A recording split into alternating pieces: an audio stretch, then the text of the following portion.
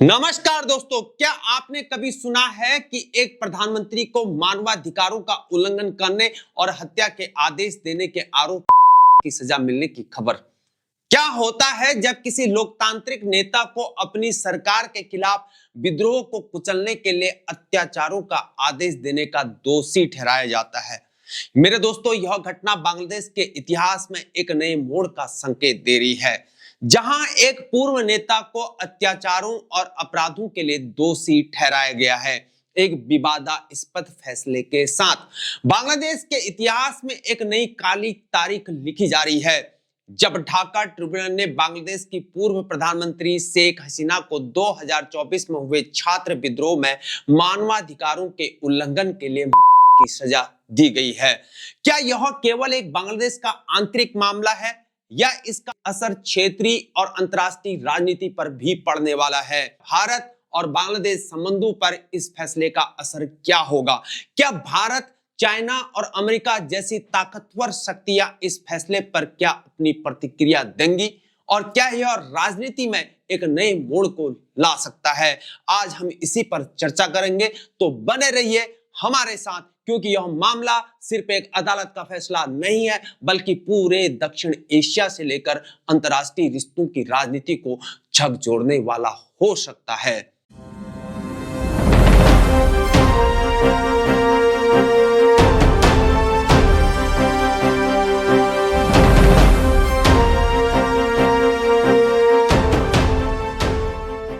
बांग्लादेश की राजनीति में एक ऐतिहासिक और विवादास्पद फैसले ने सभी को चौंका दिया है, और इस ऐतिहासिक फैसले पर जिसने पूरे दक्षिण एशिया को हिलाकर रख दिया मेरे दोस्तों, आखिर बांग्लादेश के अंतर्राष्ट्रीय अपराध ट्रिब्यूनल ने शेख हसीना को की सजा क्यों दी, जो बांग्लादेश की राजनीति, अंतर्राष्ट्रीय रिश्तों और मानवाधिकारों के उल्लंघन पर बड़ा सवालों को उठाता है।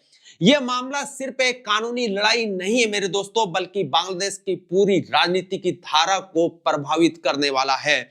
2024 के छात्र विद्रोह के दौरान शेख हसीना की सरकार ने बेरहमी से प्रदर्शनकारियों पर हमला किया, और यह विद्रोह देश में बेरोजगारी, नौकरी के लिए भ्रष्टाचार और शासन की नीतियों के खिलाफ था, ऐसे आरोप हैं। छात्रों ने लोकतांत्रिक तरीके से अपनी आवाज उठाई थी। छात्र आंदोलन, जो बेरोजगारी और भ्रष्टाचार जैसे मुद्दों से उपजा हुआ था, धीरे धीरे करके एक व्यापक राष्ट्रव्यापी आंदोलन में तब्दील हो गया।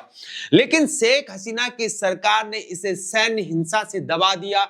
ट्रिब्यूनल ने यह पाया कि शेख हसीना और उनके सहयोगियों ने प्रदर्शनकारियों को निशाना बनाने के लिए ड्रोन, हेलीकॉप्टर और जीवित गोला बारूद का इस्तेमाल किया। ये आरोप है। इसका मतलब है कि शेख हसीना को दोषी ठहराया गया था। दरअसल विशेष रूप से न्यायमूर्ति मोहम्मद गुलाब मुर्तजा मजुमदार ने यह भी कहा है कि हसीना की राजकार कहने वाली टिप्पणी ने हिंसा को तेज किया। अपमानजनक शब्द है ये, और उनका यह रवैया छात्र आंदोलन को नष्ट करने की कोशिश कर रहा था, न कि उनके जायज मुद्दों को हल करने की कोशिश कर रहा था। इस पूरे घटनाक्रम ने बांग्लादेश में गहरी अस्थिरता को पैदा किया और एक ऐसे माहौल को जन्म दिया जहां छात्रों के खिलाफ शासन की हिंसा एक बड़ा राष्ट्रीय संकट बन गई, क्योंकि उन्होंने प्रदर्शनकारियों को राजकार, यानी कि एक अपमानजनक शब्द है, यह कहकर अपमानित किया और छात्रों के आंदोलन को कुचलने के लिए के आदेश दिए। ये आरोप है, मैं नहीं बोल रहा हूं। इस फैसले के बाद हसीना का राजनीतिक करियर ही खत्म हो गया और उनका निर्वासन भारत में हो चुका है। इस पूरे मामले ने बांग्लादेश में गहरे राजनीतिक और सामाजिक संकट को जन्म दिया है, और यह मामला केवल एक विवादास्पद राजनीति से जुड़ा हुआ नहीं है, बल्कि यह सीधे तौर पर बांग्लादेश के लोकतांत्रिक ढांचे को चुनौती देता है। एक और जहां शेख हसीना की सरकार को लोकतंत्र की मसीहा के रूप में प्रस्तुत किया जाता था, तो वहीं दूसरी ओर यह फैसला उनके काले पक्ष को भी उजागर करता है। यह देखना अब दिलचस्प होगा कि इस फैसले का घरेलू राजनीति पर आखिर क्या असर पड़ेगा। दोस्तों, हम इसे दोनों पहलू से देखा करेंगे। जब इस फैसले के बारे में बात की जाती है, तो यह सवाल उठता है कि क्या शेख हसीना को इतना बड़ा कदम उठाने के लिए क्या मजबूरी रही थी। बांग्लादेश में उनका कद बहुत बड़ा रहा है। वे न केवल बांग्लादेश की पहली महिला प्रधानमंत्री हैं, बल्कि एक समय पर उन्हें लोकतंत्र की मजबूत समर्थक भी माना जाता था। लेकिन इस विद्रोह ने उन्हें एक नई आलोचनाओं से घेर लिया। फैसला सुनाए जाने से पहले हसीना ने बांग्लादेश छोड़ दिया था और अगस्त 2024 से वे भारत में निर्वासन में रह रही हैं और उनका यह कदम बांग्लादेश में अस्थिरता को और भी ज्यादा बढ़ा सकता है। क्या यह भागने का कदम खुद को बचाने के लिए था या फिर उनका राजनीतिक कद पूरी तरह से खत्म हो चुका था? यह सवाल जरूर उठता है। अब क्या बांग्लादेश में फिर से राजनीतिक अस्थिरता का यहाँ दौर शुरू हो जाएगा वहां पर? अब हम बात करते हैं मेरे दोस्तों बांग्लादेश और भारत के रिलेशन की, उनके रिश्तों की। इस फैसले का केवल बांग्लादेश के भीतर ही नहीं बल्कि भारत और अन्य देशों के साथ भी बड़ा असर हो सकता है। शेख हसीना का भारत के साथ एक लंबा और गहरा संबंध रहा है और भारत के संबंध हमेशा से अच्छे रहे हैं।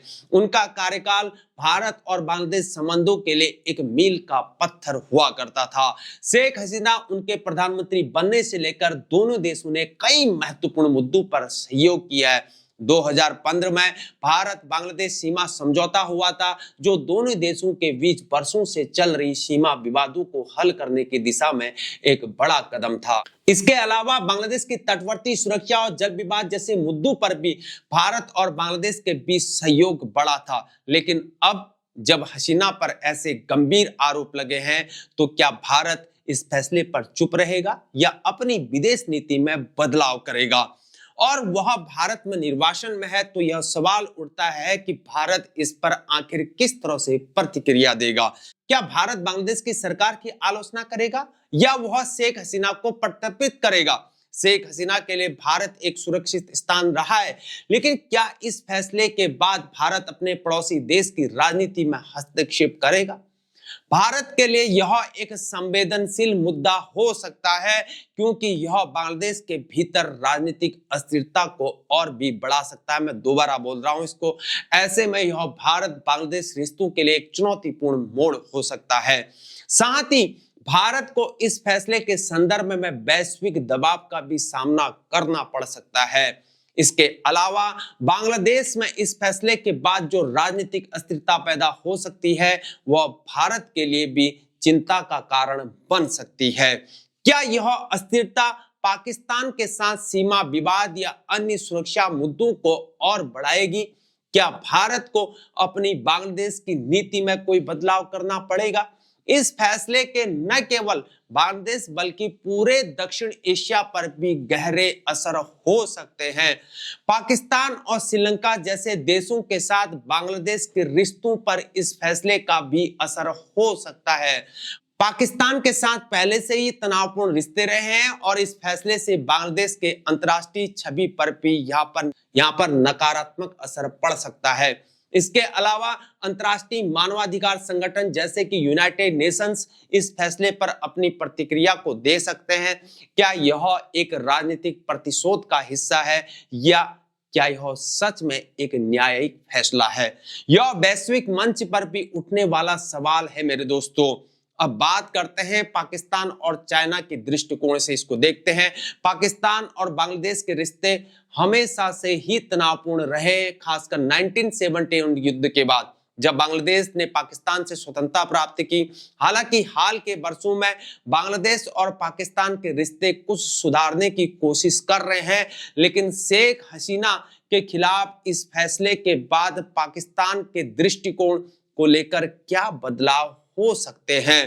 पाकिस्तान यह देखेगा कि यह फैसला बांग्लादेश की राजनीति को कैसे प्रभावित कर सकता है। क्या इस फैसले से पाकिस्तान और बांग्लादेश के रिश्तों पर और कड़वाहट आएगी? क्या यह पाकिस्तान को अपने दक्षिणी राजनीति में बदलाव करने के लिए प्रेरित करेगा, खासकर वो भी ऐसे समय में जब पाकिस्तान को आर्थिक संकट और आंतरिक अस्थिरता का सामना करना पड़ रहा है आज के दिन में? अब बात करते हैं चाइना की। चाइना और बांग्लादेश के बीच घनिष्ठ व्यापारिक और रणनीतिक संबंध है मेरे दोस्तों।